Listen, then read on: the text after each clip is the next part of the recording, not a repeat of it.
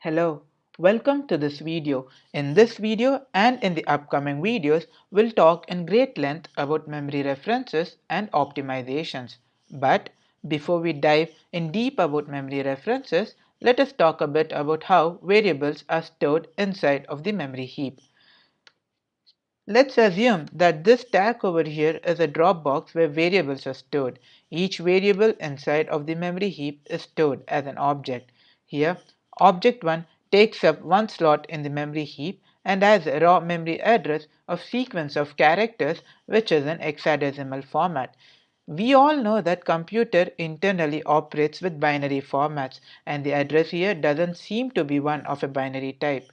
Addresses are stored in binary format, but as the addresses get lengthy and to save space, it prints out in hexadecimal format. Here, object 1 has a physical address to 0x10A544F88. Here, 0x indicates that this is in hexadecimal format. Object 2 occupies one slot and has a memory address of 0x10A544F89. Object 3 occupies two slots in the memory heap and has an address of 0x10A544F90. Object 4 occupies three slots inside of the memory heap and has an address of 0x10A544F91. The allocation of slots to a variable depends on the size of your variable. The variable stacking up inside of the memory is called a heap. This entire thing is called a heap, and this heap is managed by the JavaScript Memory Manager. Technically, it is handled by the browser's memory manager. If you're using Google Chrome, V8 handles the memory. If you're using Mozilla Firefox, SpiderMonkey handles the memory. And if you're using Internet Explorer, it's Chakra that's handling the memory for you. For our example purposes, we shall assume that this tag is the JavaScript memory manager, and, and the retrieval and the storage of variables are handled by the JavaScript memory manager. Most commonly, modern systems are byte accessible, which means one memory location stores 1 byte. 1 byte is 8 bits. Here, object 1 consumes 1 byte, object 3 consumes 2 bytes, and object 4 consumes 3 bytes. Object 3 consumes 2 bytes and object 4 consumes 3 bytes.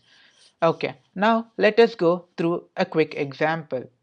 Let me go to the next slide. Okay, here 2019 is assigned to the variable my number, and hello JavaScript, the sequence of strings, is assigned to the variable my string. My number has a reference to the memory address 0x10A544F88 and is stored as object 1 inside of the memory heap. Cool. For the sake of argument, you might say that the number in JavaScript is a double precision and uses 64 bits, that is 8 bytes. We'll talk about integers in great detail in the upcoming videos. Only for the sake of illustrating an example, I'm showing it as it takes up one slot, but in practicality, it uses 8 bits. That is 8 bytes, I'm sorry. My string as a reference to this address 0x10A544F89 and is stored inside of the memory heap occupying two slots as object 2. Cool. Now that's it for this slide, but I wish there was a way to show a practical example of how variables are getting stored in the JavaScript memory manager. Unfortunately, JavaScript's implementations are only standardized in so much as they follow the ECMAScript specifications. The intricacies of memory storage could differ by browser and are not made accessible to JavaScript.